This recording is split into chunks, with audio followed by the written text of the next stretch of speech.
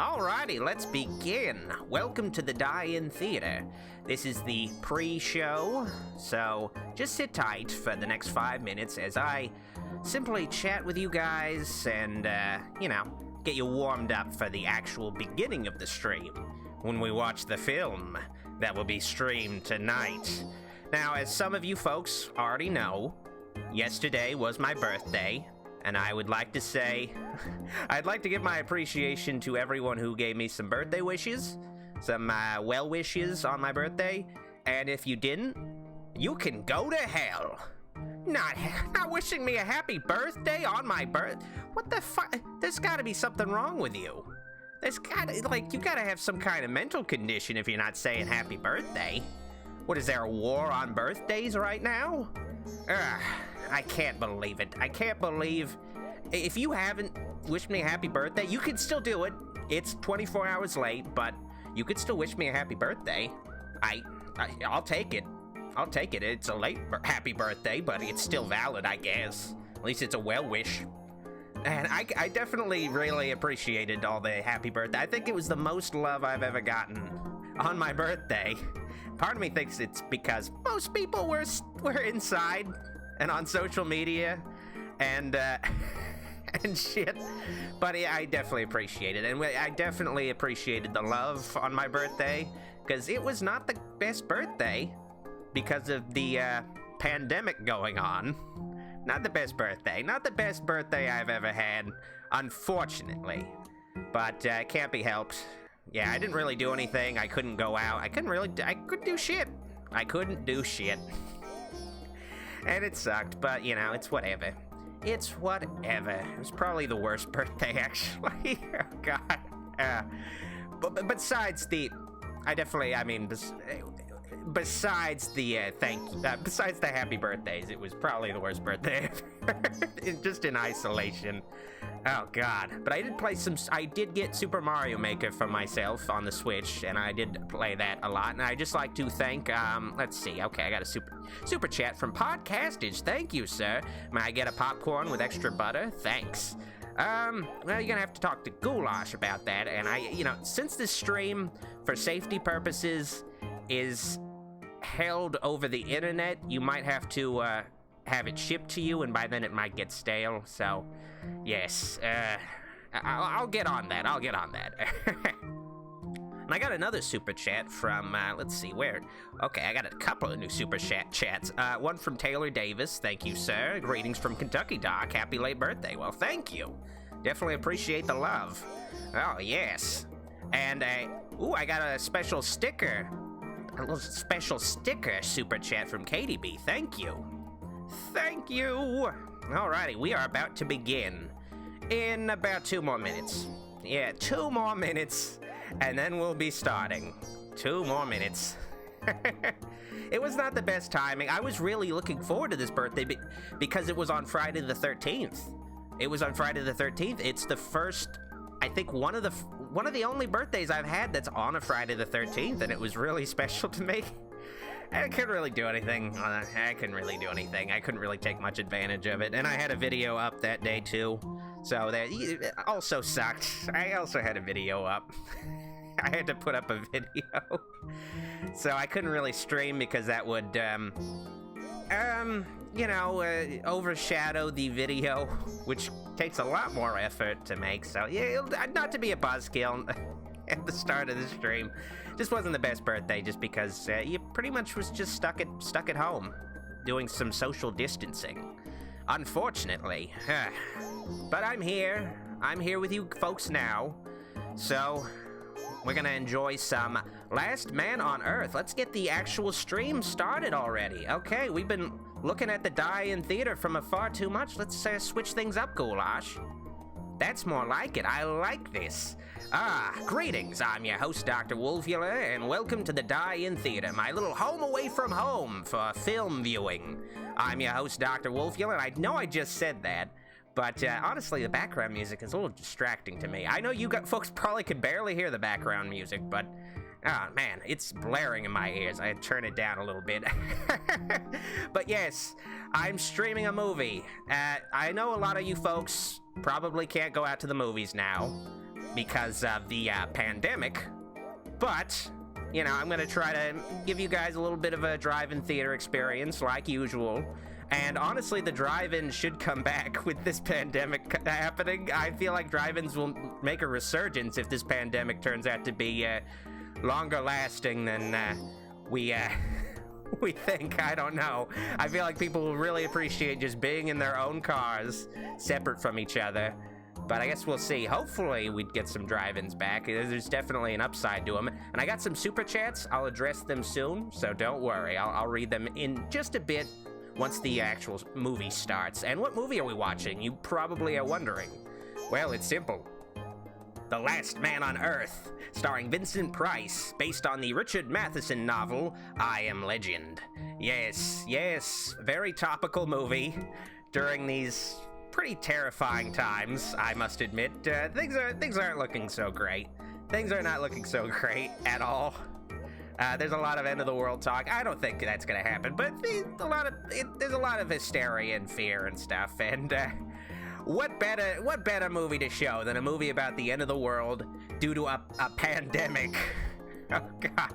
I mean, it's public domain, so you know I have to go with it. Okay, it's just too perfect. It's just too perfect timing. Okay, it's just too good. And also, speaking of end of the world movies, I'll also on Sunday have a bonus movie night stream with my patrons and channel members on at 9 p.m. Eastern Standard Time / 6 p.m. Pacific Standard Time with my honorary and true Wolfielite supporters on Patreon channel memberships. So if you'd like to spend a little bit more time with me, Dawn of the Dead, George Romero's Dawn of the Dead. I don't even think I said what movie it was. Okay, whatever. All right, enough goofing off. Let's get the movie actually underway now. Enough of this intro. Goulash, the movie, please. And also turn off the music. Thank you.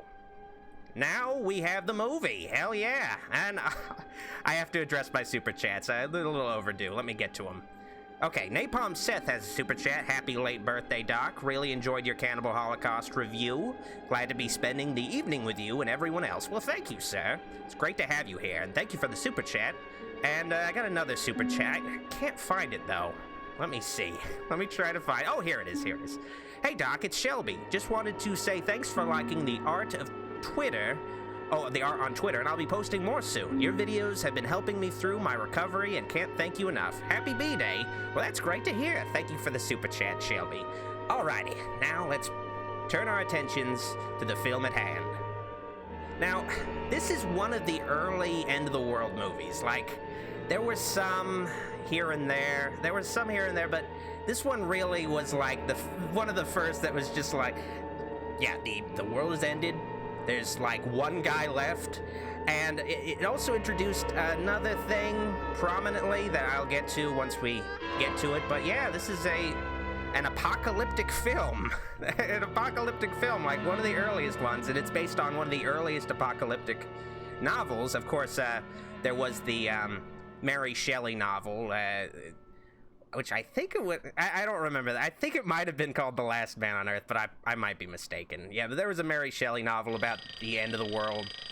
I think that was the first one, but this was one of the first contemporary novels about the end of the world, and it probably one of the most influential. I feel like a lot of the end of the world movies and stories really follow this film's lead. Well, the novel's lead, but also the film to a lesser degree. And the funny thing is, this movie was shot in Italy to save money. So yeah, another topical thing. An Italian end-of-the-world movie about a pandemic that overruns the entire world. Oh, God. Okay, and Anthony Kulik has a super chat. I binge-watch all your videos. Great job, sir. Thank you, sir. Okay, yeah, Shelley's novel was The Last Man, also about a plague, too. Okay. Thank you for the little background info.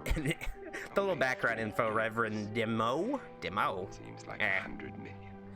But Vincent Price is the star of this film, and it's kind of sort of against type to a certain degree. He's kind of playing much more of a heroic role, much more of a, you know, a hero, like just a hero overall. He doesn't usually play a lot of heroes. He usually plays a lot of villains in Gothic stories, and this takes place in contemporary 60s New York. No, not New York. Los Angeles. The Will Smith movie takes place in New York, though. In the novel and the two first adaptations, it's Los Angeles, which I think is a cooler setting for end of the world. But then again, I mean, New York. I mean, I think they just went with New York in the Will Smith movie just to swing their big dick around like, hell yeah, we made it look like end of the world New York. Look at our fucking huge budget, motherfuckers. And Needle Dick asked, "Hey Doc, why did you ban me from your Discord?" Well, that's simple. Because your name is Needle Dick, and you also didn't have a profile pic, and, you know, it wasn't a great combination. Okay, 5 minutes in and I mentioned Will Smith. I didn't mean to mention Will Smith. I think this is the best adaptation of the Richard Matheson novel, I must admit. I think Katie B had like a drinking game thing. Just like where I take a shot every time I say I must admit. I'm sorry. I say wait. I'm a little repetitive in my speech, admittedly. I'm a little bit repetitive sometimes. I must admit. Yeah, you'll start to notice, if you listen to me talk unscripted enough, you'll start to notice some patterns to my language. Some unfortunate patterns, too. God, I gotta stop saying I must admit, but it's just part of my nomenclature, I must admit. God, fucking damn it, I gotta stop it. I gotta stop talking like this. I gotta stop it. Okay. But yeah, I think this is the best adaptation of I Am Legend so far. You know, there could be another one. I mean, there's definite interest by Warner Brothers in turning I Am Legend into a franchise. But I don't know about that. But this film is the best one. It's the first one. Omega Man, also good. And honestly, Will Smith I Am Legend, also, it's decent. But it makes too many changes, and it makes it feel more like an action movie. More of like just the typical Will Smith vehicle. And, you know, I don't think there's been a perfect adaptation of this story. This film isn't a perfect adaptation, it's just the best one. I think it's got some flaws. Richard Matheson has said that he does say that, well, he did say he's dead now, but he did say that this is, and he also actually partially wrote the script for this adaptation too, but he said that this film, it follows the story of the novel the most faithfully, but it's still, but I think he just mostly had problems with the production and the direction, and also Vincent Price. Like, he was a big fan of Vincent Price as an actor, but I agree with him that Vincent Price might not have been the best casting. He's a great actor, but he might not be the best casting as like this everyday man kind of hero. And I feel like, you know, just based on experience with him in horror movies, you know, you don't have a lot of trust towards him as the hero necessarily. There's a bit of mistrust. I feel like that's something that all the adaptations of I Am Legend have been missing, an everyday actor, an everyday man kind of actor in the role. I think that's something that's really been missing. So, like, it's always somebody a little larger than life, or not quite the right fit character-wise. But even though I don't feel like Vincent Price is the right fit as Robert Neville, I do think he's great in this movie, though. I think he delivers a great performance. Just maybe could have been better casting. But okay, I'm going to address some super chats that I got. Let's see. But honestly, probably the best casting for the 60s. I mean, at least it's interesting casting. Okay, wait, let me see. I missed some super chats. I need to catch up. I don't want to lose my train of concentration. Oh wait, KDB had super chat. I must admit you were the greatest, Wolfula. Well, thank you, Katie. And Anthony Kulik said, did the pandemic make you buy a lot of supplies? Not really. I did go out for the first time earlier today, to just get some stuff to drink. But, yeah, I noticed that there was no toilet paper left. No toilet paper, no paper towels. Really shitty, literally shitty if you're taking a shit and you don't have toilet paper. Really stupid shit. Yeah, that was fucking annoying. But, yeah, you know, it's wild right now. It's really, there's a lot of stupid people out there. doing stupid stuff. I mean, that always happens during a crisis, though. So you know, it's not surprising. I'm not surprised. Like, people are like online saying, "Why are people stockpiling all this stuff?" Because people are stupid. Like, what are you fucking talking about? People are stupid. It's not rocket science or anything. It's just people are fucking stupid. They're fucking idiots. It's not crazy.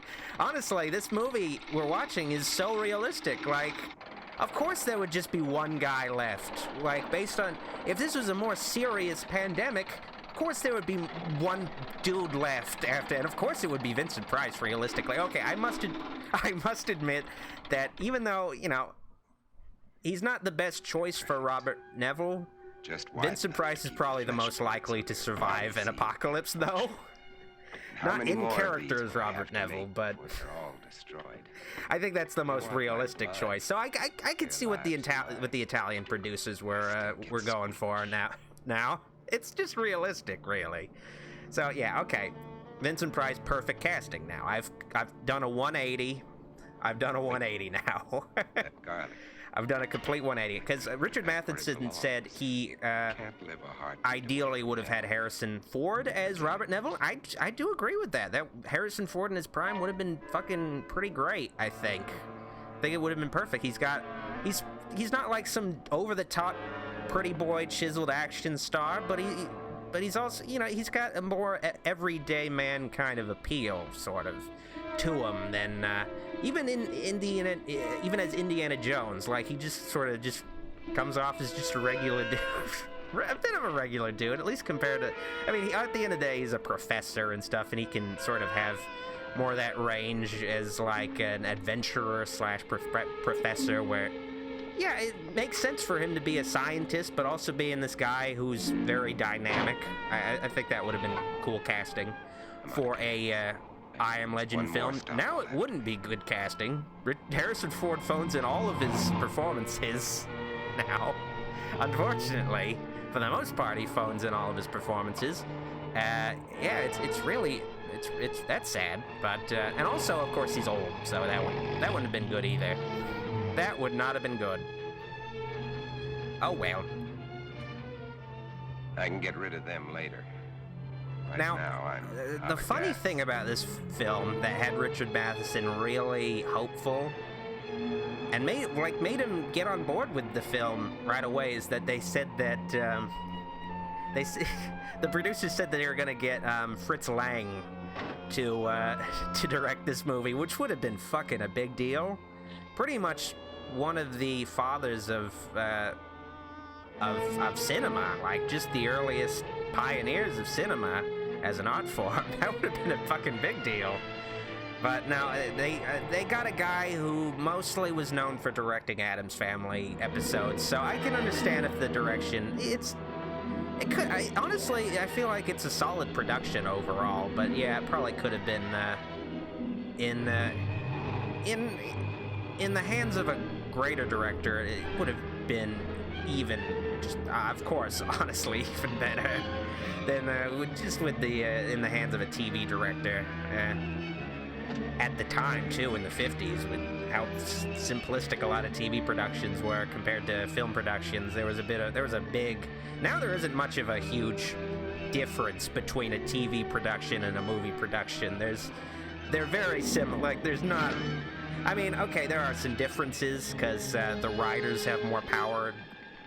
Usually, the writers / producers have a lot more creative power than the directors on TV, but that's mostly it. That's pretty much mostly it. The big difference now. Otherwise, it's cool how TV has been elevated more. Alrighty, okay.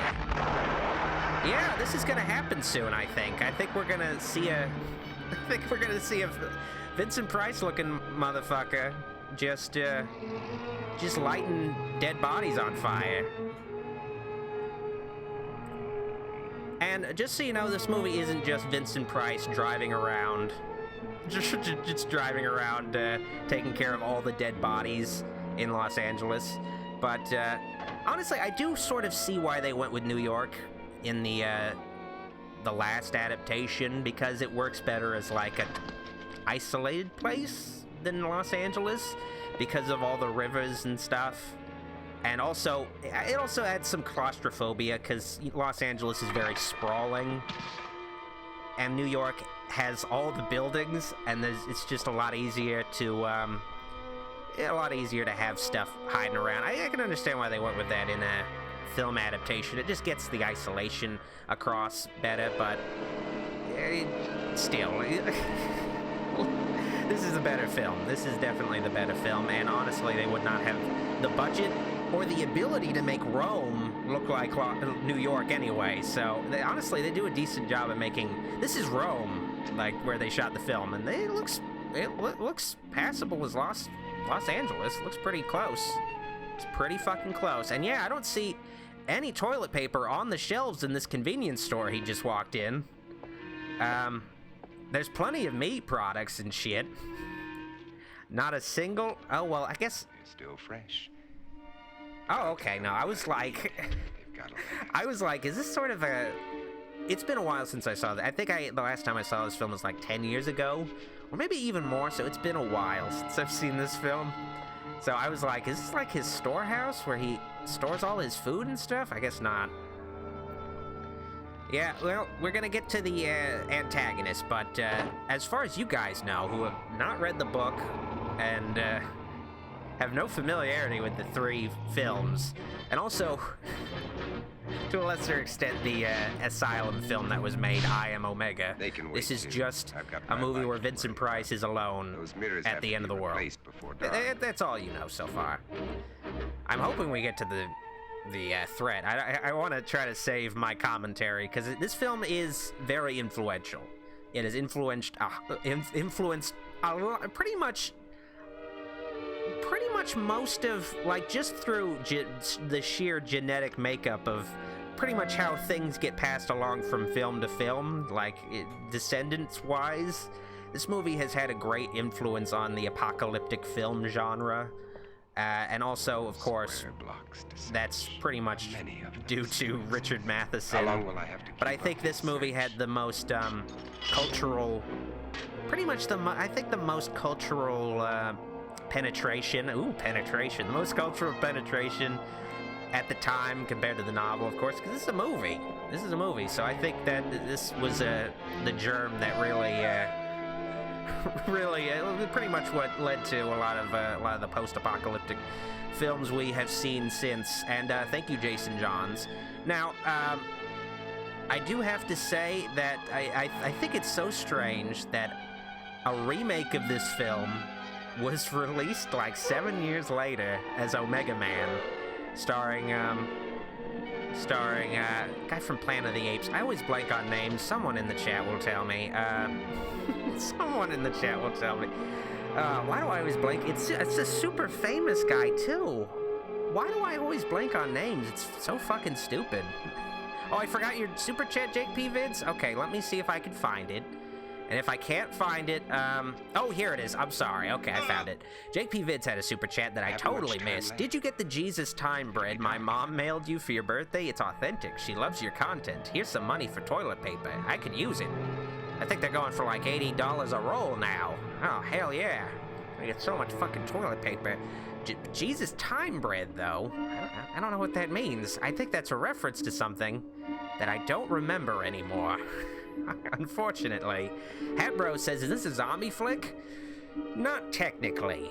Okay, yeah, Charlton Heston, yes. Okay, good. Thank you. Yeah, I don't know why I forgot Charlton Heston's name, but yeah, they remade this movie 7 years after this was released. Oh, wait, was it 7 years? I think it was. Between 7 and, within a decade at least. And that's so strange to me, like, that's so strange to me, because it's usually, you know, we remakes get a lot of bad rap, because there's this feeling like we remake and reboot stuff really quickly, but in the earlier years, there were a lot more remakes. Like, there were some remakes that came out really quick, and I think that was pretty much just because there was no home video, and I think a lot of film companies saw the value of just remaking something and putting it out again, and then you got 2 movies in your catalog that are basically the same, and people aren't going to notice necessarily, like, just the same movie for another generation. And I think pretty much that's what got the ball rolling as far as remakes are concerned, because Universal remade a lot of their early horror movies for sound pretty quickly. Like, just like, okay, we have sound technology now, let's remake these fucking popular movies from like a few years ago. Let's do this. Might as well. You know, there's always been remakes, you know? It's just some remakes aren't as necessary as others. But I think a new adaptation of I Am Legend every 20 or like 10, 20, well, not 10, 20 to 30 years. Yeah, I think it's an okay idea. And it's almost been, oh God, it's almost been 20 years. Well, I think we still have like another 8 years before then, but yeah, we'll probably see another like I Am Legend adaptation by then.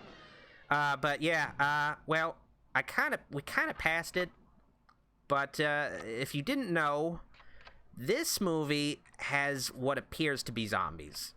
It's a common misconception that this movie has zombies.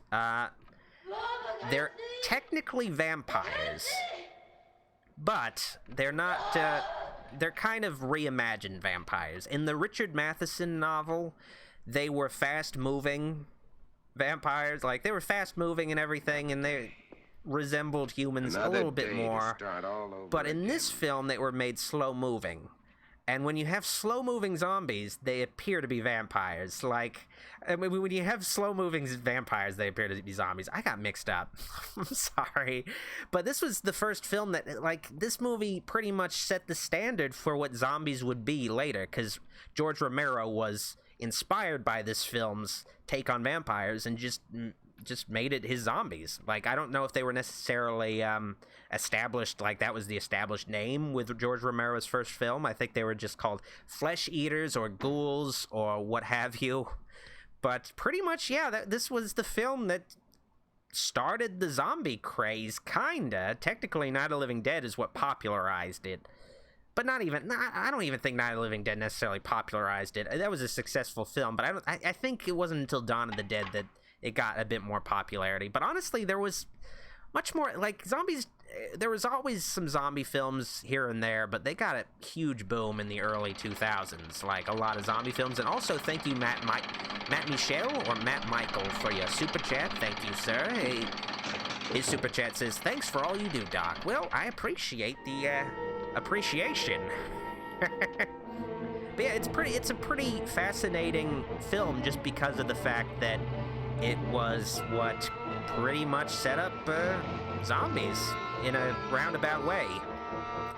I think they kind of, you know, I think they don't really, in this film, say that they're vampires.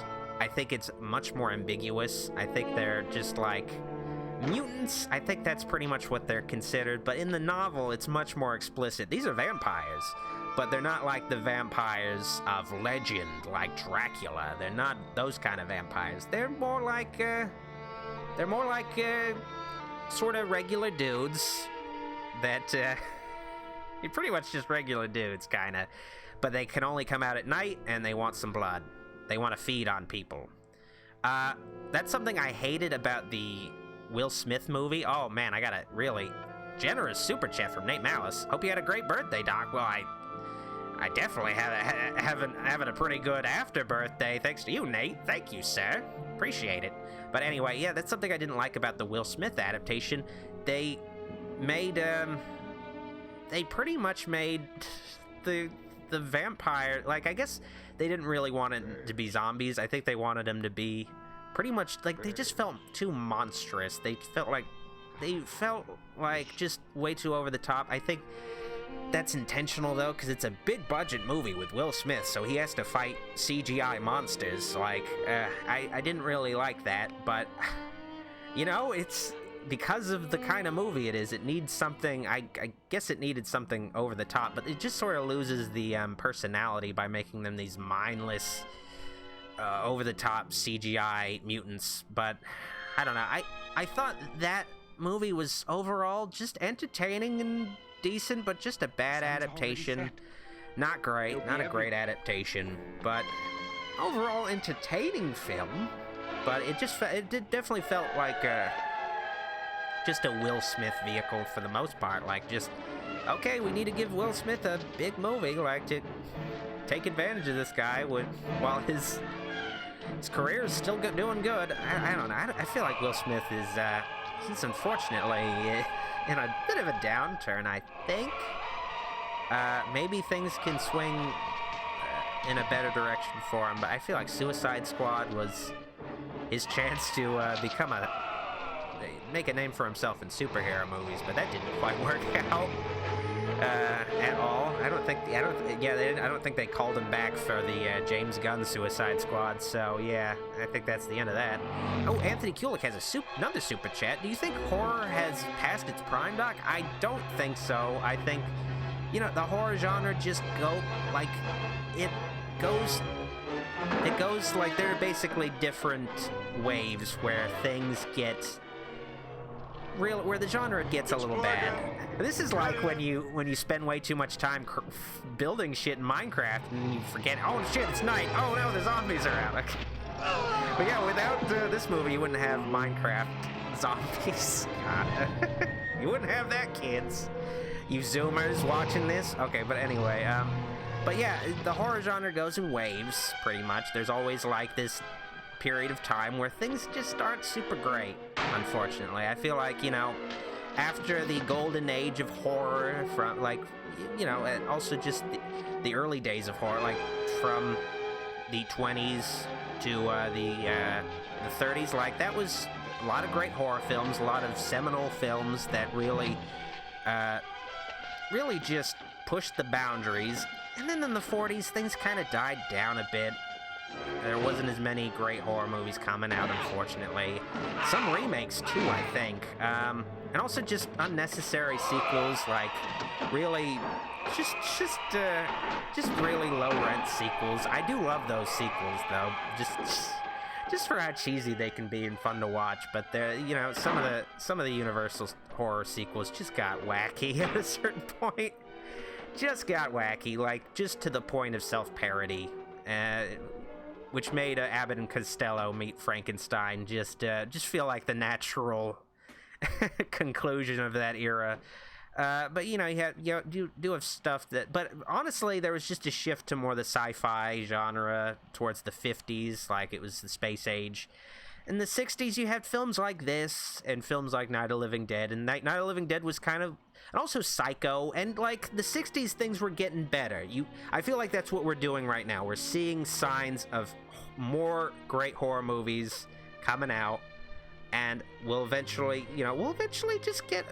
I think we're about to enter another great age, but towards the end of the 80s, like there was just a fatigue towards horror movies, and the 90s had a lot of shitty horror movies, and then Scream came out, and that was a good sign of things to come, kinda. But a lot of film companies took the wrong lessons from Scream and just tried to emulate the formula and the casting, just the wrong lessons. Like, not just let's make some good horror movies. They just tried to make their own Screams, pretty much. So, unfortunately, Scream was kind of a false alarm, towards horror getting back in the right direction. So then there were remakes for a while in the 2000s and early 2010s, but things have been getting better, I think. I think we're getting better. We're getting some good horror movies coming out. Not tons. Like, we still have fucking Fantasy Island shit and stuff, but I think we're getting better. I think we're heading in a better direction, or maybe it could just be some more false alarms. But guess we'll see. I feel like Vincent Price is mocking me with his laughter. Like, he's like, "No, horror movies, we're gonna suck again. We're gonna get so many remakes." Oh God. I feel like an issue is an over-the-top kind of actor, Vincent Price. He's like this larger-than-life figure that works really well in the gothic, romantic horror movies and stuff like where he plays like these over-the-top characters. In this movie, he pretty much has to do a one-man show. And okay, I'll get to your super chat again, Jake P. Vids, don't worry. He pretty much has to do a one-man show, and I feel like his over-the-topness kind of doesn't quite work for a one-man show. Like, I feel like it needs a more subtle performance, and unfortunately, Vincent Price is just a larger-than-life actor. Like, he really projects, but doesn't quite work for this kind of role, but he delivers a fine performance overall, but some of the stuff gets a little hammy. I think he needs like some motherfuckers to bounce off of a little bit better. Like, but okay, I'm gonna find Jake P. Vids' last super chat. Okay, here it is. Jake P. Vids says, "How old did you turn in Wolfulite? Here's some more TP money." Okay, thank you, sir. I think I turned Infinity in 1. I think I turned Infinity in 1 this year. So I'm getting on in years. I think this is a sign I need to really start making some changes in my life. I'm in that Wolfulite midlife crisis mode. God. But here's this is a flashback that pretty much establishes that the lead vampire / zombie that Vincent Price deals with was once his friend. Yeah, so just as a little bit of a personality, like a little bit of just a bit of a bit of a tragedy to the villain, the kind of villain of the story. I mean, it's not really much of a villain, just sort of just this reminder of his failure. So it's a great approach. It's something missing from the Will Smith movie. But then again, I haven't seen the Will Smith movie in a while. Maybe there was at least a vampire that was implied to be a guy he knew, but you can't fucking tell. They all look the same, and they're CGI, and they're like just monsters. But again, they kind of had to do it that way because it's this fucking over-the-top movie, this big-budget over-the-top movie that has to compete with Spider-Man 3. I think that's what came out, or I think it was 2008, so... All right, what came out 2008 that was a big movie? I can't even fucking think of another big movie that came out that year. It's so crazy. Oh, wait, Iron Man came out. Oh, and The Dark Knight. Oh, God, I'm so stupid. So fucking stupid. I'm so stupid. Oh, Eric Sumter said, "What did I miss so far?" Well, it was mostly just Vincent Price showing you what you need to be prepared to do during this pandemic. So if you missed that shit, guess what? You're fucked. You're fucked now, dude. Good luck. Good luck during this pandemic. I don't know what you're gonna do now. You missed pretty much... This is an instructional video hosted by Vincent Price, pretty much, and you missed out all the important info. Hancock came out in 2008 too? Right now our problem That's is to weird. cut that cake. That's really strange. I guess he was really trying to get his name out there that year then. Just like, come on. Bill Cage 32 said, "Did Vincent Price ever play Dracula? I'm not sure, but it would have been a great choice. It's unfortunate if he didn't, because that would have been a great choice. You know, it's sort of nice that Tim Burton gave Vincent Price sort of his last chances at being in some movies, because I think his last role was Edward Scissorhands.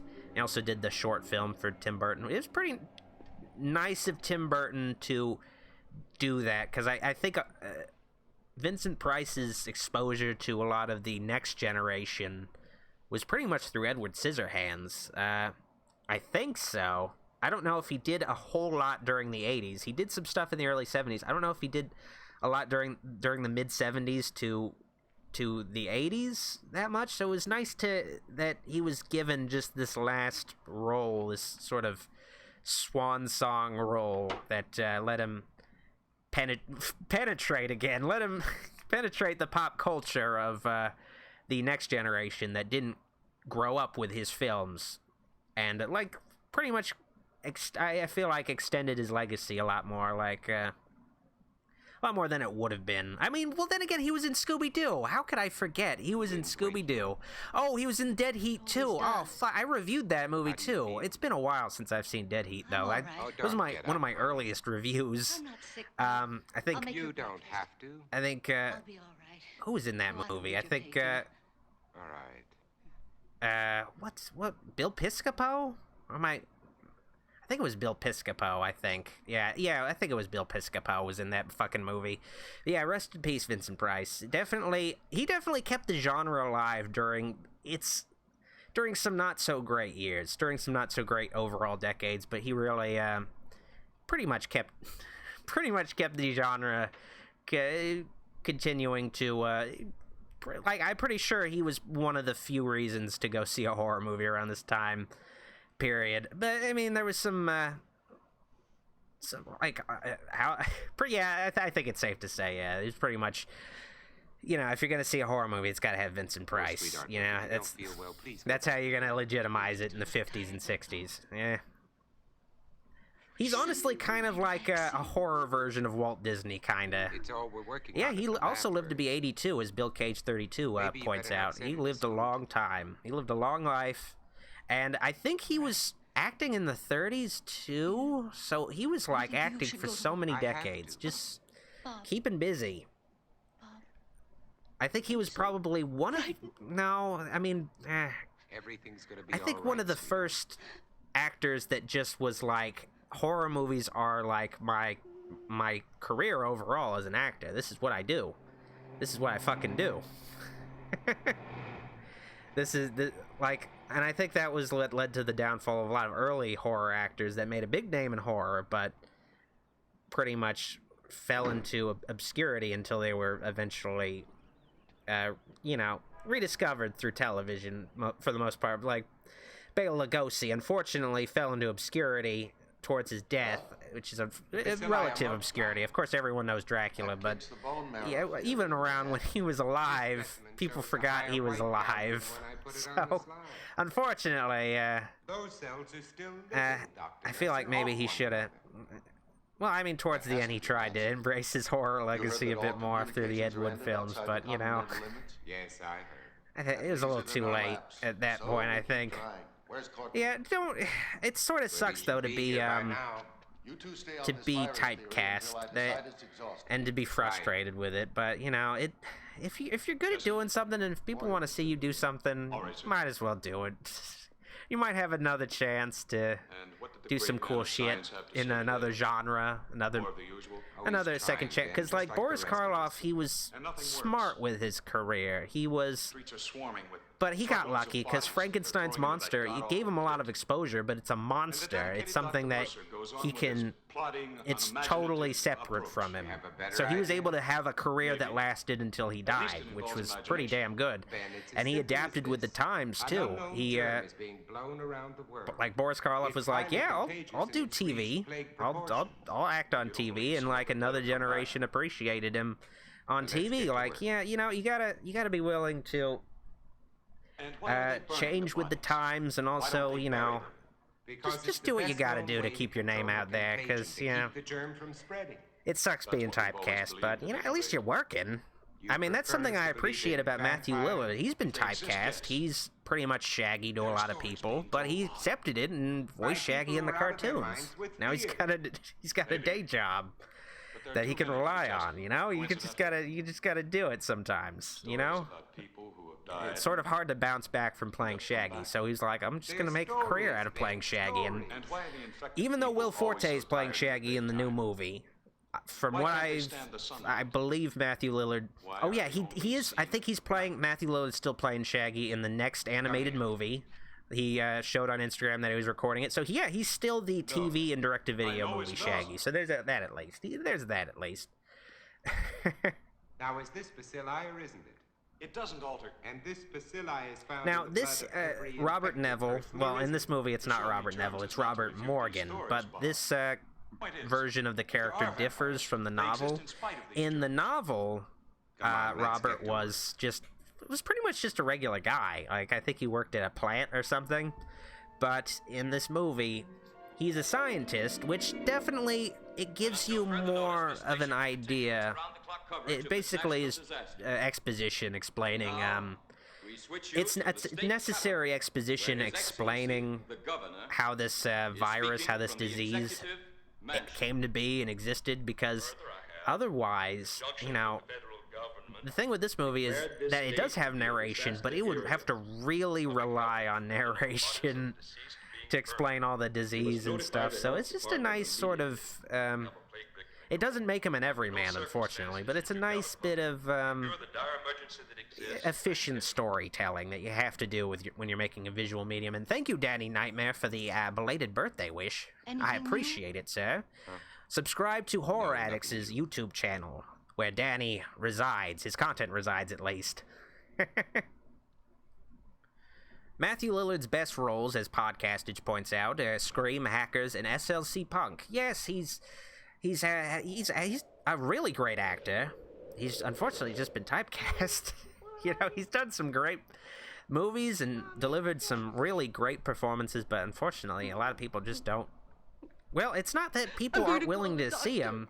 I think maybe it's just, to a lot of producers, it's seeing, oh God, Matthew Lillard as this character? Oh, come on, I can't believe it. He's Shaggy to me.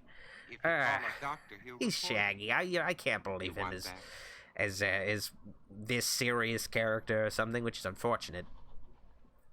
Which is unfortunate. I must admit. I must admit. Mommy, please help me.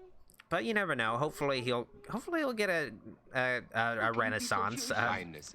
A little renaissance. I don't know what I'm fucking saying.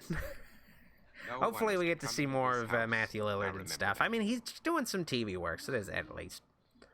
Mommy. But, you know, we'll always at least get to hear his voice in cartoons. So there's that at least. There is that at least. Honestly, I would say he's maybe the most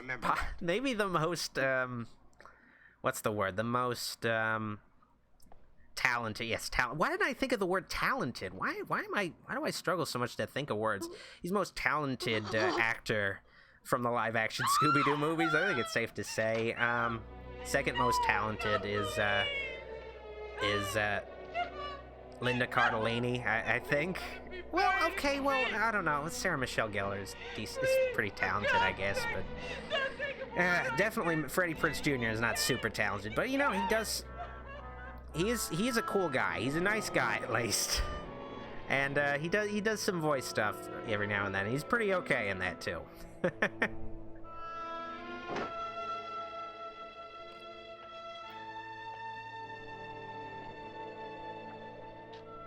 Part of me wonders if maybe Vincent Price was hoping this movie would lead to, I guess, some different kinds of roles. Maybe he was hoping that this would be a way to sort of showcase his talent and range. I think possibly, because this is a very different role for him. It's probably one of his most different roles, just from like the type of character it is. Usually he does play villains. So I think maybe he was hoping, this will show producers that I can carry a film and be a hero and stuff. Didn't quite work. You know, it didn't quite work out for him, I think. But he's great in the movie, though. He's great, but yeah, he still was doing some horror movies as villains. But someone saying M-O-O-N, that spells Patrick Star. Just so you know, the guy who says M-O-O-N in The Stand, Stephen King's The Stand, the miniseries adaptation, that guy plays Patrick. That was a role before he played Patrick. He played a mentally handicapped, I think his name was Tom. It's been a while. I read the novel a decade ago, I think. Yeah, more than a decade ago. Well, no, I think less than a decade ago, but it's been a while. The Stand is great, and it's very topical, so it's my favorite Stephen King book, I think. Taylor Davis says, whoa, don't forget about Mr. Bean in Scooby-Doo. Oh, yeah, Mr. Bean was in the Scooby-Doo movie, but I guess out of the main cast, You know, I think it's safe to say Matthew Lillard is the most talented and the most underappreciated, unfortunately. Look at him with all this, But, you know, speaking of typecasting, I recently read that Mark Hamill played the lead role in Amadeus, the stage play. And unfortunately, when they were making the movie, they were considering having Mark Hamill play the lead role, and they had him do these like show up to casting sessions opposite other actors and stuff in auditions and stuff. So they were considering having Mark Hamill play the lead role, but the director just fucking cock-blocked him. He was like, no, it's just people won't believe him in Amadeus. Won't believe him in the lead role in Amadeus. There's just no way. He's Luke Skywalker to everyone. So unfortunately, we did not get like a Hamamas.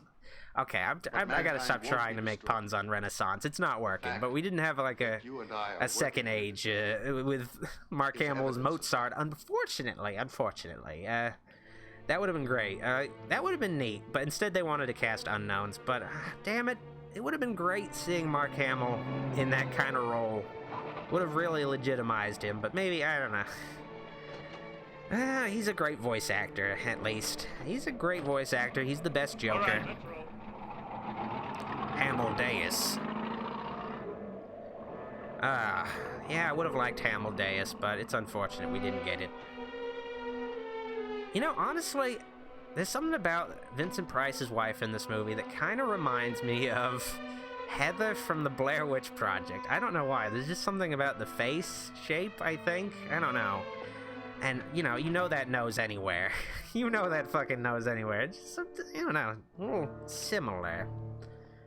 Yeah, kinda. I think just facing forward, it's When? Oh, God, I've seen that movie way too many times. Way more times than I should see it. It's such a guilty pleasure at this point, unfortunately. No, up close she doesn't really. She doesn't look like that actress at all. Never mind. Billy Zane says Titanic is a stupid piece of unwatchable garbage that shouldn't exist. Sir, that's one of your films. You must have a grudge against that movie. Or against James Cameron. I saw a truck out there. Was that it? Was it? Oh yeah, okay, I just remembered the full name of the Patrick Star character in The Stand. Tom Cullen. I think. Someone probably pointed out in the comments that I missed it, but whatever. Part of me wants to review the Stand miniseries while this is still, like, very topical. Kind of want to do it. Honestly, it's really bad or great timing that a new Stand miniseries is supposedly coming out this year, but it might either get delayed or shelved or something.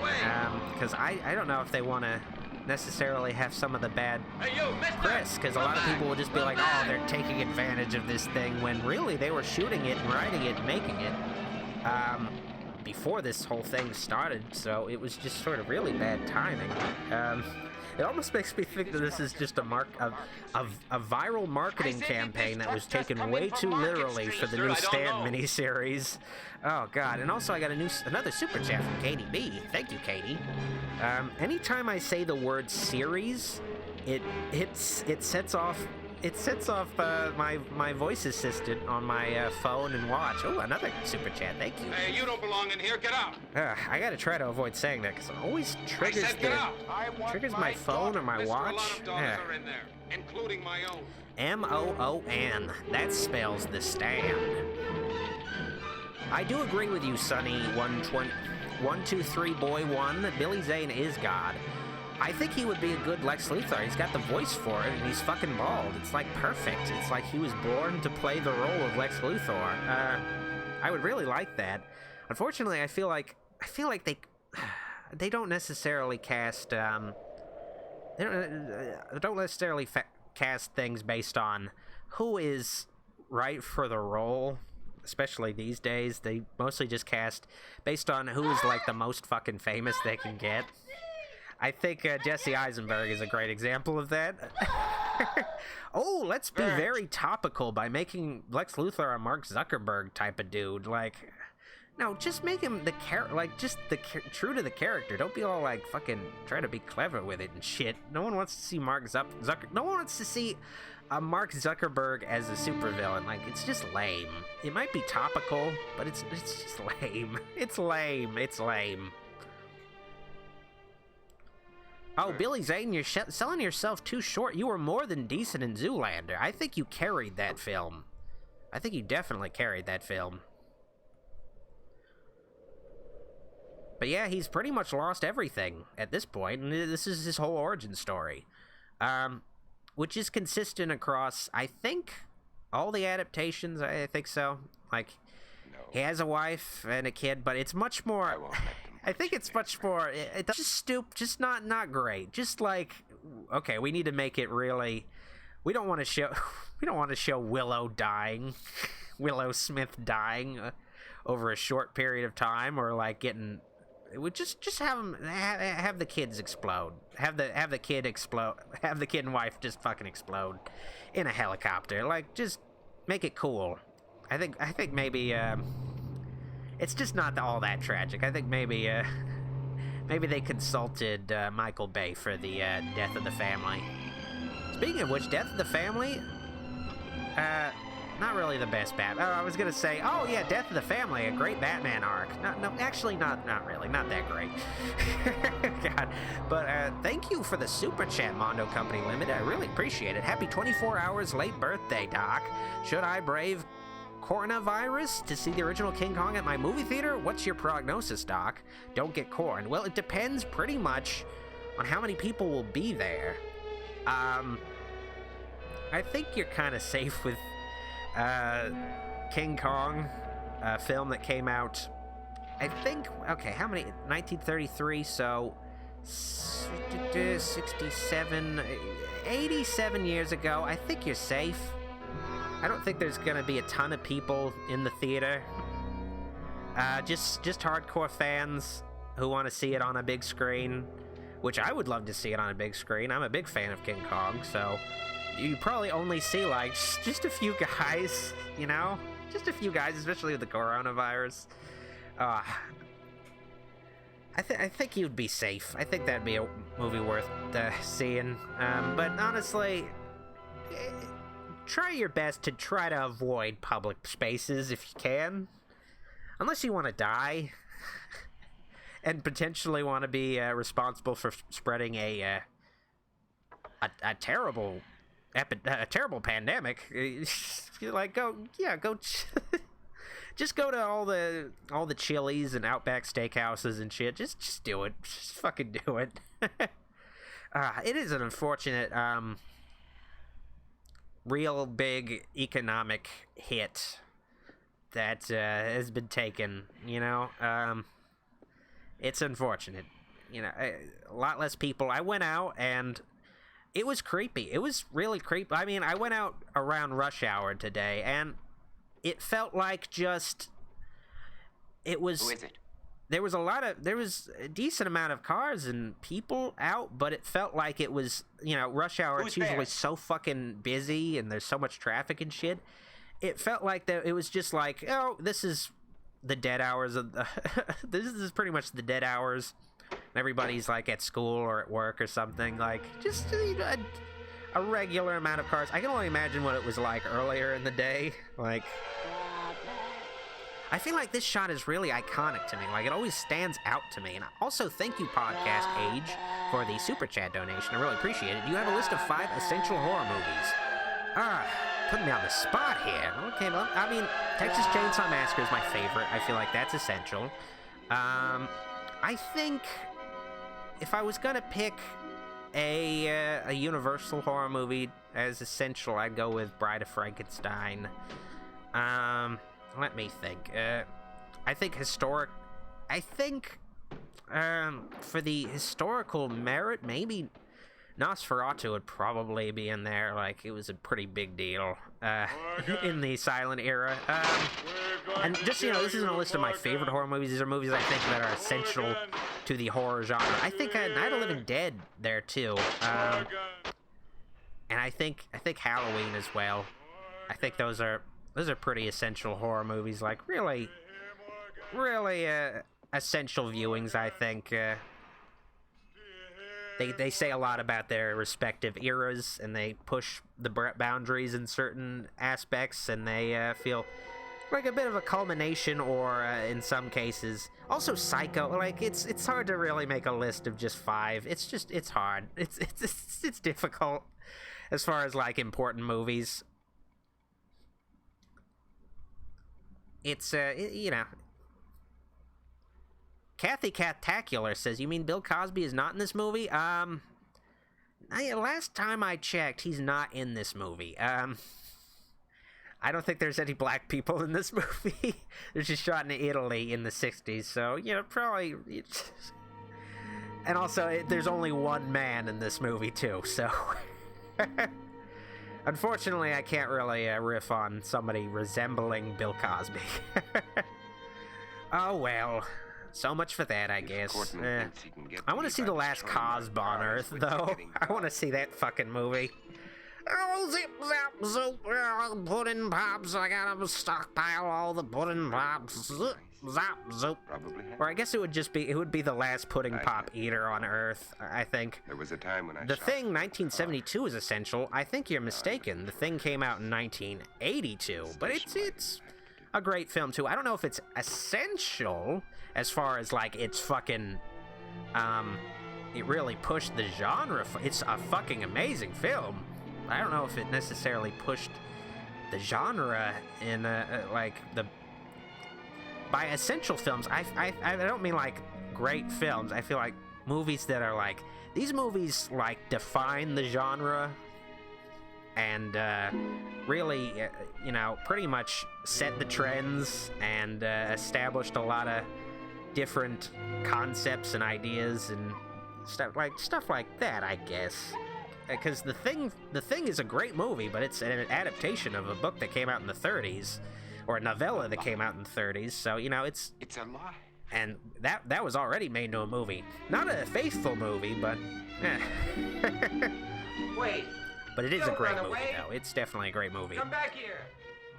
Don't run away.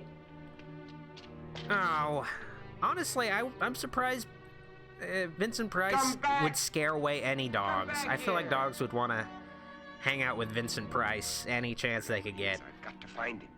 If I have to search every street, every house, every alley, every inch of this town, I want to hang out with a dog. The last man on Earth. Also the last dog on Earth. Come back. It's very sad, but, you know... Hey, boy, where are you? It's very cute, though. He wants to hang out with the dog. They really played up the dog angle in the new movie. The Will Smith movie. It's not even a new movie at this point. It came out 12 years ago, so... It's not a new movie by any stretch of the imagination, but the last movie they made, they really were like, let's put a dog in there to make people sad. It's just the quickest shortcut to making people sad. Just to get that little, little tragedy, or just a tearjerker. Like, this movie isn't just some dumb action flick. A dog dies in it, and you feel sad. It really makes you think. It really pushes on your heartstrings. It's not just Will Smith fighting CGI vampire guys. No, it's also got a dog that dies in it, and you feel sad because it's a dog, and that's basically it. But. And it almost becomes one of the vampire dogs. Oh God, just a little stupid and cheap. But Fats had a super chat. Thank you, sir. He said, finally able to catch one of your streams. Have you seen Carpenter's Assault on Precinct 13? I have not, actually. I haven't seen much of his pre-Halloween work, unfortunately. Mostly just the 80s stuff. I've seen The Fog, The Thing. Of course, Escape from New York. Awesome fucking movie. But I haven't seen a lot of the pre-70s, like a lot of the pre-Halloween stuff. I haven't seen Dark Star either, unfortunately. Brian Hartwell says, do you think practical effects will make a comeback? I feel like they're kind of Answer me. slowly coming back into the fold as far as... I think there's a lot more interest in having practical effects because, you know, CGI doesn't look good necessarily. I mean, CGI is a great tool, but it's not necessarily something you want to rely on too much because it just isn't quite there yet. And it's not the same as being able to have something physically present with the actors and physically captured by the camera, like actually captured by the camera, not just added afterwards. Like, even if, like, you know, they shoot Christopher Reeve in front of a blue screen flying, he's captured in front of the camera and just composited into a shot. You know, it's like, it's really cool, and it's also just cool. It makes the behind the scenes of a movie cool. It's not interesting seeing some guys sitting at a computer making effects. It's cool seeing, like on Star Wars, them building the Death Star and shit, and how they composited it into the shots and stuff. You know, it's just a little cooler. It's just a little cooler, I think, with practical effects. But I think we're getting back to more practical effects. I think we are. Unfortunately, you know, I think we are mostly just because with Blumhouse, there's just much more of a push and interest in pretty much making horror movies on as cheap of a budget as possible. Like, just as cheap as possible, so you don't have any of the unnecessary frills. Gonna be all right. There aren't, like, these pseudo high-budget movies. I think we're getting into that direction just because it's a little cheaper, and you don't need CGI for a horror movie, especially. Like, I can't think of a good reason to have CGI gore and CGI blood and CGI all that shit besides just being a little lazy, because at this point we're at a point where making movies is pretty much as easy as it's gonna get. Like, and they were able to do practical effects when making movies was an even bigger pain in the ass, an experience you had to really get right because it was shot on film, which is fucking expensive, and they didn't have the fucking pretty much they didn't have Video Village, so they had to make sure that all this shit was good and right, plus having practical effects. So you might as well just, like, do practical effects. Like, it's just easier now. It's just a little easier now. It's still difficult, but it's not as difficult as it used to be, especially how movies were edited. Oh god, physically cutting film, like, just, oh god, it's horrible. It sounds like such a pain in the ass. It got results, but, you know, it's just, you know, you the job of a filmmaker is easier, so you just try to still do some more stuff, like, you know, just do some more stuff physically in front of the camera, because it's just easier. It's easier now to do that, so you might as well. There isn't much of an economic reason. Sean EB7 says, what is my stream view record? Actually, the Nosferatu stream, I had over 400 viewers simultaneously for that stream, which was surprising because it was such an impromptu stream. This stream is a second, I think, at 373. So, oh well, actually, I think I had like 390, almost 400.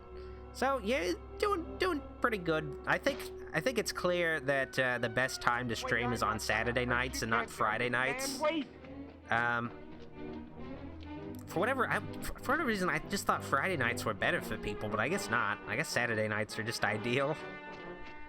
And it makes sense because it's like the end of the week, and people are just kind of tired, and they just want to chill out. They don't want to necessarily stay up and watch a horror movie on a Friday night. Definitely a Saturday night, though. I'm not going to hurt you. Wait. CGI is best used to fill in the gaps, says Fats with his super chat. Well, yes, that's pretty much it. Just a way to, honestly, a way to enhance like, it's a great way to Do you want enhance, to come with me, or do you want to face them? it's a great way to enhance the practical effects in a lot of ways, and also a great way to make just practical effects more practical, if you will. Like, you know, it just makes everything... CGI just makes easier to sort of integrate practical effects and make them... Like, I feel like a lot of practical effects today look so good, like, in a lot of ways, because there's also a bit of... There's a bit more of a help there with basically integrating the practical effects in that earlier movies with practical effects didn't quite benefit from. I think CGI can help blend stuff in a lot better, make it look a lot more naturally present, or make it just enhance it pretty much. Like, it's great for that. And, you know, some things you have to use CGI, you know, some things. But, you know, I feel like the Hulk is a good example. You can't really do that with I mean, you could. They did that with the 70s show. But, you know, it's still a normal-sized dude who just happens to be a bodybuilder and, like, made up to be a monster. It's not quite comic accurate, so I think that's pretty much the only way you could do a comic accurate Hulk is through CGI. I don't think stop motion would be there to do it. And I think CGI is the best way to do full body dinosaurs, but the first Jurassic Park still used practical effects for certain shots. Like, they built a full-size T-Rex for certain shots. They built a full-size head of a brachiosaur. Like, so they still did some practical stuff, and it really makes it so you're like, okay, this is real. I'm looking at a real thing. Like, it pretty much was a great transition into having CGI and stuff. All right, okay, let me see. Wolfula's Sunday night streams are the greatest. Join the club, says KDB. Well, that's a great endorsement with your super chat, yes. If you'd like to have a little bonus movie stream, I can stream non-public domain movies for my movie nights on Patreon and channel memberships, so if you'd like to watch my Dawn of the Dead stream on Sunday night, join up. And if you miss it, if you can't show up on Sunday night, I also archive it. So if you miss it, you could still watch it later. Watch it as many times as you want. And I have a whole bunch of archived live commentaries, too, up on the... I'm sorry. Please stop, please. Stop it, please. You're making me sick. Why do you turn away? Please. Why do you turn away? I'm sorry. I was interrupted a little bit. Sorry. Okay. You are infected. Oh, Goulash. I'm sorry. Goulash came in and asked me a question. Allergic to garlic. Sorry, I was a little distracted for a moment. Okay, I gotta get back into the groove. What was I saying? Someone will probably remind me what I was saying. Oh, yes, yeah. Consider joining my Patreon and channel memberships is pretty much it. Yes, you get some bonus stuff. You know, just get some weekly bonus stuff. It's fun. It's fun. And you also support the channel, which is the most important thing. Helps me... It's really helped me put out more content lately. It really helps a lot, honestly. Yeah. Unable to sleep. God, I feel like I missed something important, but oh well, I'll just have to catch up. She has like one of those high school reunion, one of those high school yearbook sort of looking haircuts, just a big bob. Where are you going? You can't. She does look a bit like I feel like they were trying to set up a. I think she set her up as a romantic interest, but it kinda. I think eventually she warms up to him, but it's a little weird because I think he's old enough to be her dad. I think so, but it was kind of usual at the time. I think it's the same way with Omega Man. I think his romantic interest in that movie was a younger woman, and he was like in his 50s, Charlton Heston. So a bit of an age difference, I think, there. I actually think apparently Omega Man was the first movie with an interracial kiss, which is a nice bit of trivia. I think the first TV show with an interracial kiss, I believe, was Star Trek. You should eat. So that was the first, well, visual media, like, pretty much the first, yeah, it counts a little bit more when it's on TV, but still pretty impressive. Still pretty progressive thing to do in the early 70s, so, yeah. Oh, as much as anybody could. Not a big movie to do it in, but I'm not whatever. frightened of 'em anymore, At least it was if done. That's what you mean. Oh, At least Charlton Heston there's so many. made it happen. Individually, I think he they're really weak, pushed for it, I think. competent, like animals after a long famine. If they God, weren't, this guy... they You're like one of the surely last found a way of people on breaking Earth, in but here you're a long smoking time ago. cigarettes. Just killing off the human race at this point.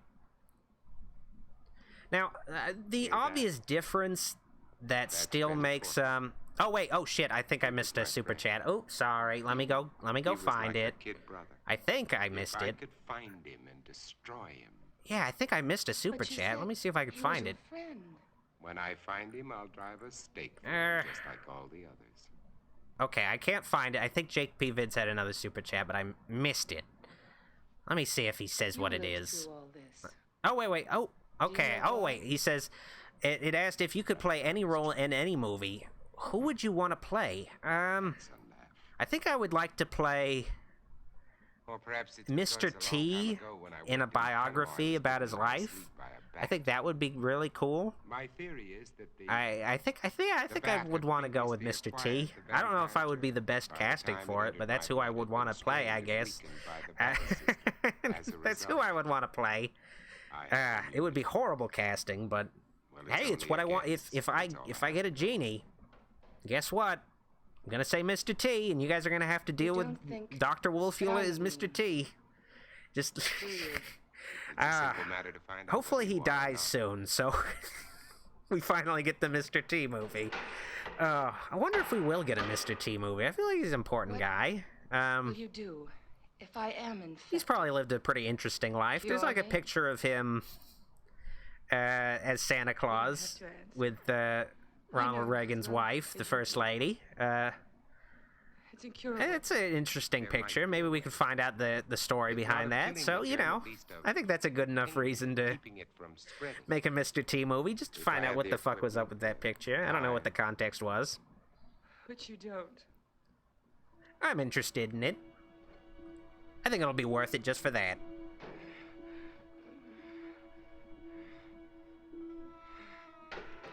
I pity the fool without toilet paper. I pity the fool. God, with that, I don't know, with it almost looks like she's wearing a high school, like a private school uniform, I think. Just the sort of plaid-looking skirt and the dark sweater. But yeah, it turns out she's one of the mutants. Now, a thing that sort of doesn't make the monsters in this movie it does make them vampires. It doesn't make them necessarily full-on zombies in this movie, is the fact that the zombies / vampires in this movie, they are they talk. They talk, which was not something, I don't think any zombie movie has done talking zombies for the most part. Like I don't think it's, oh wait, no, Day of the Dead was starting to, I think, didn't Bud the zombie? Oh god, it's been such a while since I've seen Day of the Dead too. Damn it. I think maybe he starts to talk. The zombie they capture. But it's been such a long time since I've seen that movie. I mostly just watched Dawn of the Dead. Quite a number of us. I do like Day of the Dead, but it's a little flawed. It's a little flawed. It's clear with Day of the Dead, Romero had much larger ambitions, but I want the truth. Unfortunately, he didn't quite have the budget to really execute them. I think he wanted to do a much bigger... Bud does talk a little. So yeah, starting to get into the talking. Yeah, he was starting to, like, Romero was starting to set up, like, the zombies were apparently evolving. Okay, I guess Return of the Dead zombies talked. I guess. It's been a while since I've seen that too. I don't watch zombie movies as much as I should, honestly. I need to cover more zombie movies. I've been wanting to cover Return of the Living Dead for such a while now. I think it's nearly time for me to do that. I think it's. I think maybe it's just covering zombie movies and plague movies and shit. I think it's. I think it's the perfect time. I think it's something people are definitely wanting to hear about in videos. I think. Many of them were loved ones of the people in my group. Oh, Dr. Hill in Reanimator talks. Yes, he does. But honestly, are those really zombie? I guess they're technically zombies. I mean. They're not traditionally. They're more like Frankenstein monsters, because that movie, the H.P. Lovecraft stories, that the H.P. Lovecraft story that it was based on was basically trying to be like a modern Frankenstein story. So they're more like just undead, not necessarily zombies. To me, a zombie is like something that was, something that's like a widespread thing, pretty much, like widespread flesh-eating cannibals, pretty much, the undead kind of thing. Not necessarily something that was, I think when it's, because I don't think the undead in Reanimator even eat flesh either, I don't believe so. Now, I've seen Reanimator much more recently than 10 years ago, but I don't believe they eat flesh at all. They are super violent, though. They were fucking really violent. Jeez, and Herbert West needed to calm the fuck down. Alrighty, let me see. Yes, I think they... I just low-key banned someone. Yes, I feel the power. Napalm Seth says, "Hey Doc, where can I view the past Patreon movie night streams?" Oh, okay, well, I will put up because you're a channel member, so I'll put up pretty much a little folder with all of them for channel members to access, because they're all up. They are all up in my for my channel memberships, but they're kind of buried in the community tab, so you have to really go down through it. I feel like, honestly, if you can be a Patreon supporter, that's more ideal, because it's much more organized. So I'd recommend that, but at the same time, channel membership is much more convenient and direct, so there's that benefit. But if you can become a Patreon supporter, it's more ideal overall, because it's easier to find all the stuff. It's all tagged and everything, and pinned. Yeah, it's easier to sort through it all. What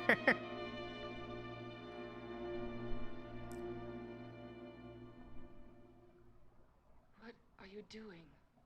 It's already done. What? So this is another change from the original novel, I Am Legend. He creates a cure for the mutagen, for the vampirus, essentially. And that's the funny thing, is that even though they aren't quite traditional vampires, they still have all the same weaknesses as vampires, like, coincidentally. You see? And which is funny, because, like, in the novel they mention Dracula as, like, folklore and stuff, but just this plague was able to make people not have reflections, and they need to have stakes through their heart, and they're weak against, they're weak against garlic and stuff. It's a little silly, but, it's a little silly that they're exactly like vampires in that regard, but, and I think part of the reason why they can't go into like, break through Vincent Price's house is because they need permission to get in there or some shit. Probably. I mean, it should be a little easier to figure out a way to get in there. They're also weak against sunlight too. Yes, that's the most obvious weakness, and it didn't even occur to me for whatever reason. I don't know why. It is funny, like, oh, she's like, oh, yay, now I can eat all of my Italian food, because we are in Italy. Oh, God. They must have had so much garlic. Like, just, is garlic an Italian? Okay, I'm probably just mixing up. Get out of here. For some reason, I think Italians eat a lot of garlic. To kill. In God's pigs, Robert, let me go. Oh, Robert, please. Ruth, look, tomorrow. Please. The key rule to so the key rule I have to say about regarding the chat is do not spam comments. Like, try you can comment about whatever, you can ask me whatever, but don't just constantly type the same types of comments that are frequently irrelevant. That's pretty much the one rule. Like, just try not to do that, because it gets a little old. Gets a little old after a while. Just don't be a spammer. That's all I ask. Robert. Yes, Ruth. Because I'm not likely to see any trolling comments, so I generally don't care about them that much. I've already checked it under the microscope. For some reason, trolling comments don't really pop out to me. I'll prove it to you. I'll check it again. Oh, it looks like he's gonna finally make a literal breakthrough. But yeah, he cured the vampirus, as I said, which was not in the novel, I believe. I believe in the novel, Neville simply had the hope that he would someday cure the vampirus. He was trying to. He was trying to figure it out. But this movie is at least briefly... This will prove it to you. This movie is at least briefly more optimistic about the apocalypse. Of course, things go to shit eventually. Because this is the most faithful adaptation. Get away from her! Oh, shit. It almost looks like she went outside. Are you all right? And now she's infected again, so it pretty much totally reversed Neville's work right there, unfortunately. Okay, Mad Dog McCree says, Doc, please do another Bill Cosby impression. You're awesome. Okay, trying to kill you, Robert. Pudding pops. I like to drug women. God. Oh, God. Okay. She found Zombie Weinstein. Oh, God. Okay. All right. Mr. Bry says, planning to review more cannibal flicks? Possibly? I'm having a little cat talk to me right now. I guess I have to pet it right now to try to keep it quiet. Possibly, but we'll see. I know there's at least one other... I mean, there's the first big one, Man from Deep River. And there's also, I believe, Cannibal Ferox, which is another notable one. So there's options for the future, but I pretty much just knew I had to at least cover the big one, the big famous one. Pretty much had to cover that one, but... There he is! But possibly in the future I will cover some more. You don't understand, wait! And Nick Stadler asked, could I cover the warm bodies? Yeah, possibly. Possibly. I mean, I heard that movie wasn't as bad as it seemed it was. I heard some folks really liked it. It seemed at the time like a Twilight version was a zombie version of Twilight, but it actually looked like a pretty decent... I actually saw a little bit of it on TV, now that I think about it. Yeah, this is where things go to shit. It turns out there's a whole cabal of these mutants who managed to figure out a kind of cure, but it requires, sketchy stuff. It's not quite... You're not really quite cured of vampirism. You still have a lot of the weaknesses, like the genetic weaknesses, and also I think an inclination to feast. You just have full control of your faculties, so it's like this kind of evolution and divergence, but it's not quite. It's not quite how you want to turn out. Ideally, you just want to be a human again. I think. Then again, I've never been a human, so I don't know what the big deal is. Alan Michael says, Doc, what about a Serbian film? Would you ever review that? I guess possibly. I don't feel like I'm that worried. I mean, that's the thing. I was worried about the Cannibal Holocaust review. I was worried I was going to get in trouble for it with YouTube. But no, I didn't get into any trouble with it, surprisingly. I did not get demonetized. I did not get, I didn't even get limited ads. Like, it was fine. It was totally fine. I thought I would get in trouble because the title of the video has cannibal and Holocaust in it, and the algorithm really likes to single out stuff based on those things, but no, didn't get in trouble for that, and I didn't even get in trouble copyright-wise.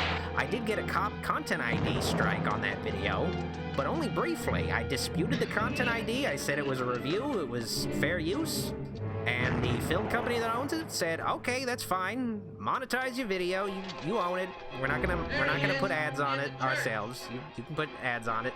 So yeah, it went smoothly, which is fucking surprising. I thought it would, so I guess it's sort of a, honestly, I thought I was gonna get in trouble with the Clown House video, but no, I didn't get in trouble with that either, no trouble. So I think it's pretty much an all clear, like, just cover whatever. Just cover whatever fucked up movie you want to cover. I just need to still make sure it's censored enough for YouTube. But yeah, just fine. Just do it. Just fucking do it.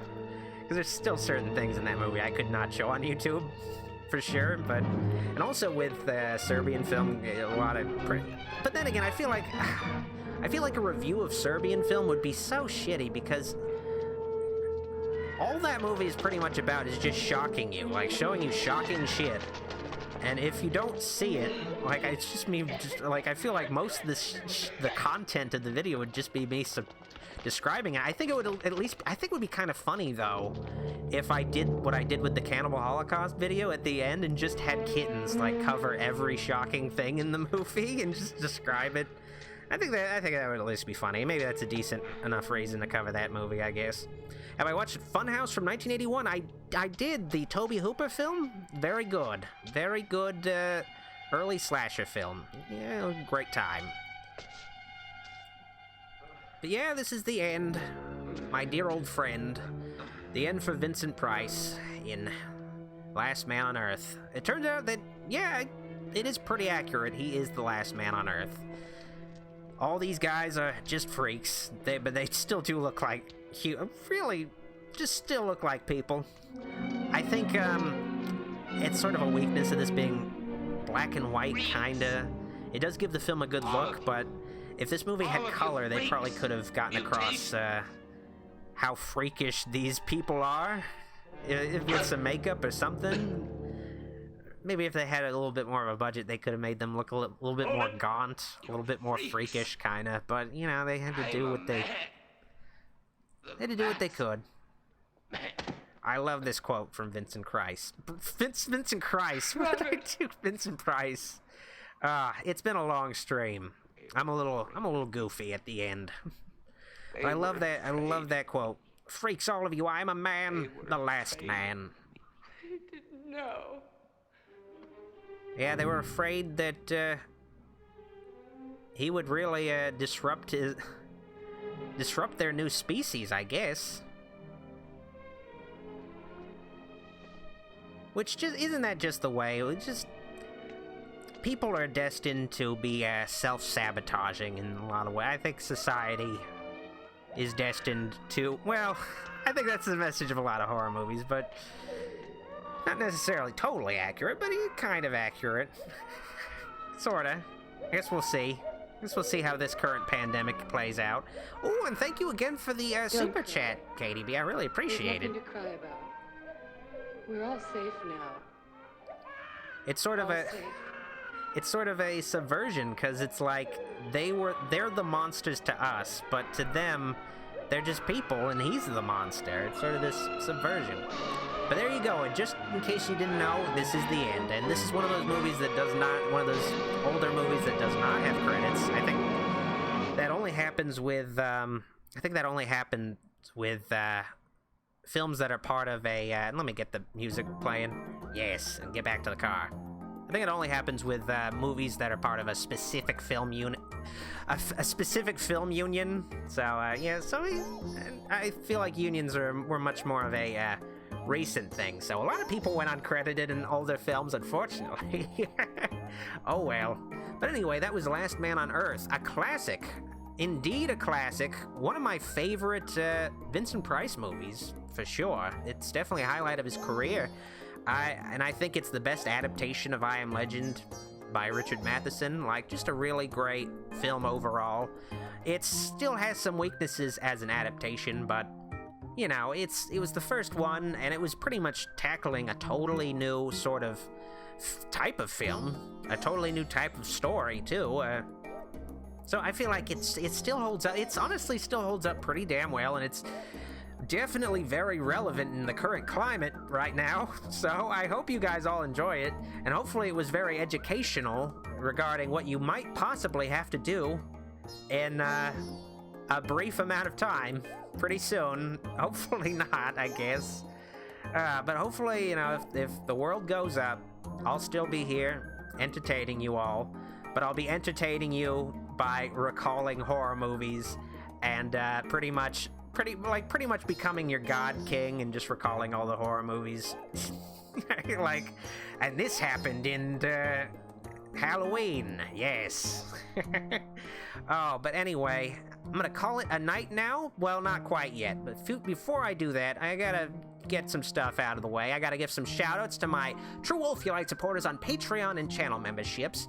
Thank you all for your pledges. They really mean a lot to me. They really help keep the channel going after all these years, and they help pretty much support me making my videos. Like, I've been able to make so many more videos and so many different kinds of videos thanks to your support, so I really appreciate it, and I hope you continue to support me in the future. Thank you all again.